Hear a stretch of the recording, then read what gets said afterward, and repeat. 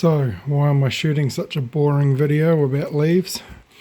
Well, these are the Burley Secos that I had hanging, and they cured, I think, too fast and dried out because of the cold weather, and so I got tired of them, and in one video probably a couple of months back now, probably a month back, I bit the bullet and said, you know what, I'm gaining nothing by hanging them here green, so I'm just going to actually try and slowly cure them inside this fridge with no added moisture. So every tobacco blend that I've got at the moment, or stage, I've got in different bags, and I have to maintain the air flow because it's not hanging, there's no fan inside, so you can't just put leaves in a wet bag and expect them to be good. So every day I have to aerate them, flip them over, spray a bit of water on them just to keep them nice and healthy. And I'll just check now. This here is very bendy, the stem is nice and bendy, but as soon I can feel already, as soon as I pull this out of the bag, it's starting to dry out. So I can understand why Mike at Pirates Cove has a humidifier and all that sort of stuff inside his rolling room, because the stuff, as soon as it touches the air, it dries out. It's like a sponge. So I'll just undo this and show you. So it actually ended up being 2 leaves. But this is just one hand in this bag anyway. It's about 1, 2, 3, 4, 5, 6, 7, probably about 10 leaves. These ones are just opened up. Some of them have got tears in them. I don't want them to become fillers, but they will. The nicotine content in these secos is going up as you move towards the top of the plant, and once you get to the ligeros, so you've got visos, secos, and then ligeros, or coronas, or there's so many different categories depending on which stem you're looking at on the plant. These Mexicans have got it fine-tuned. They know what they're doing. So anyway, this here, even though it's got a very, very pale, beautiful colour, and there's no green in it because I've kind of fermented that out, I can see here in this, can you see the green tinge?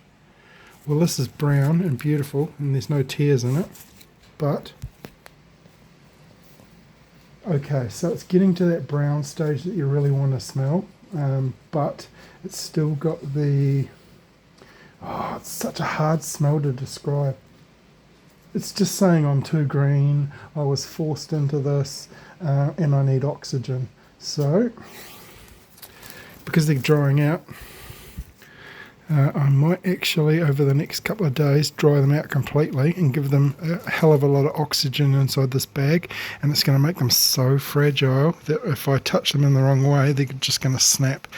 So I'm going to have to dry them out for a good couple of days, give them some oxygen, let them ferment out that nasty green smell, and then give them some more water. See how this one's black? That's because it's been wrapped up so tight with the water content that the leaf is touching the leaf. So I actually need to undo this and give it some oxygen. So this is the perfect stage that it would be, like wetness wise, leathery wise, that would make a good binder. It's actually got a bit of water content to it to make a good binder, but it needs to dry out before you put the wrappers on. And because these Burley Secos are getting so damaged, I'm really running out of wrappers and building up quite a lot of short filler. So I am hoping next year that I'm going to get all the Virginias and the smoked stuff, and I'm going to roll it up in some Criollo or Corojo, or I don't know, Dominican Republic, Olor, or I'm trying to track down some Prilep from Turkey.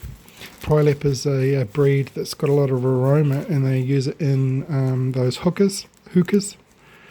Yeah, so it's all about finding out what things smell like and taste like, and if you can get seeds, your first responsibility in my mind is not the tobacco, but to grow new seeds for more potential, because maybe you've got a bad year, but you snipped all this and you wanted to have great leaves, but then you went and snipped the tops off and now the seeds won't reproduce.